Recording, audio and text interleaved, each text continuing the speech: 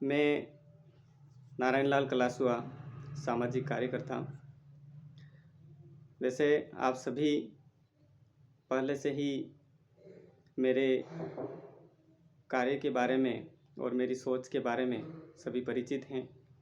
मैं अपने समाज के लिए, अपने क्षेत्र के लिए, समाज की एकता के लिए और समाज हित कार्य के लिए हमेशा कटिबद्ध हूँ और रहा हूँ। राजनीति से अभी तक मैंने किसी भी पार्टी से जुड़ने का या किसी का प्रचार करने का यह मैंने काम किया नहीं है और न ही मेरे आगे भी ऐसे कोई करने के विचार हैं। कल एक मीडिया प्रिंट के जरिए आप सभी को व्हाट्सएप ग्रुप या अन्य मीडिया से आपको जानकारी मिली कि नारायण जी, ताराचंद जी कांग्रेस प्रत्याशी का प्रचार प्रसार कर रहे हैं या उस ब्लॉक में बीटीबी नेता के रूप में मेरा भी नाम लिखा गया है। तो मैं बताना चाहता हूं कि आज तक मैंने किसी पार्टी का राजनीतिक तरीके से मैंने कहीं इसमें रुचि दिखाई नहीं है, न मेरी ऐसी कोई आगे भी मानसिकता है।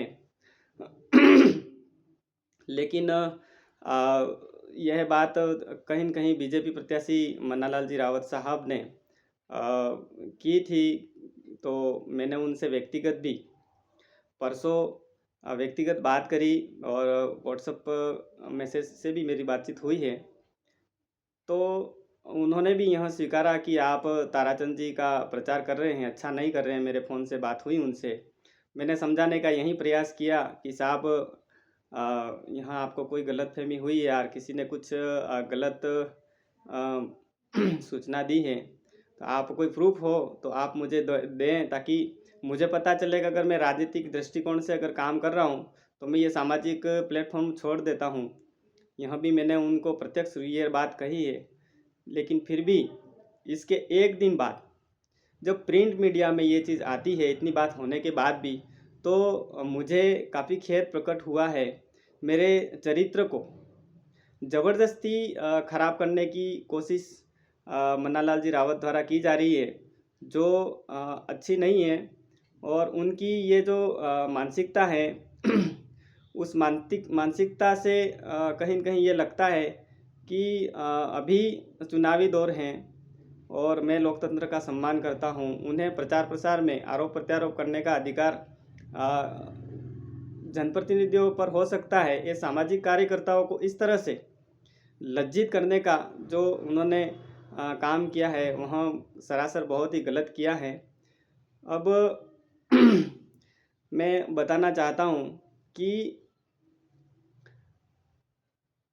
जिन्होंने इनको प्रूफ के रूप में बोला है, मौखिक बोला है या प्रूफ दिया है और इन्होंने भरोसा किया है, वो मुझे 2 दिन के अंदर उनके नाम सहित मुझे जानकारी दे देवें, या इनको मैं कहीं दिखा प्रचार प्रसार करते हुए तो ये मुझे प्रूफ के साथ में वो भी जानकारी दे देवे।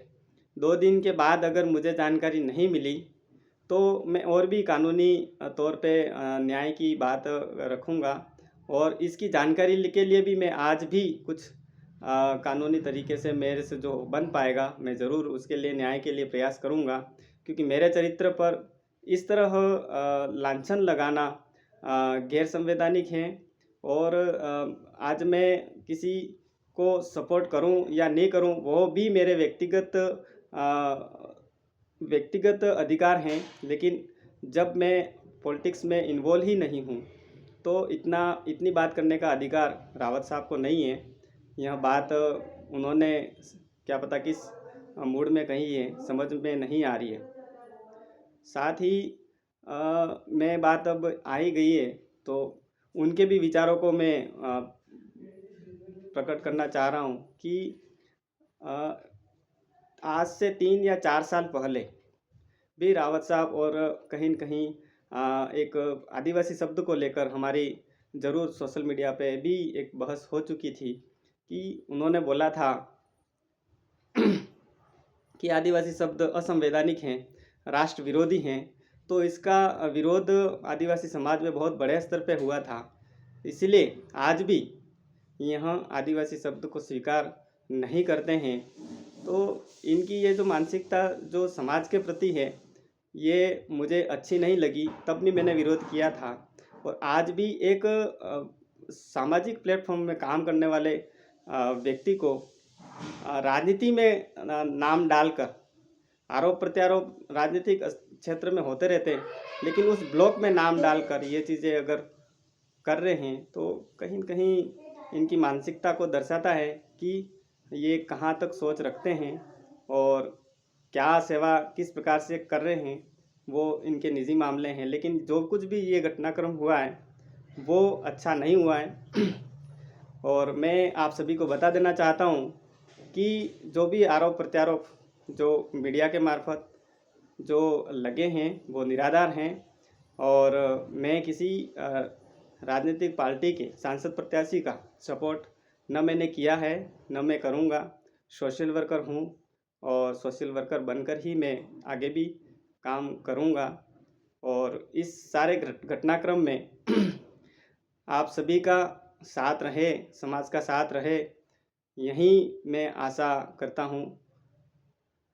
इसके बाद जो भी अपने से बन पाए, हम अपन मिलकर और इस गलत सोच का विरोध करें और न्याय के लिए आगे आएं।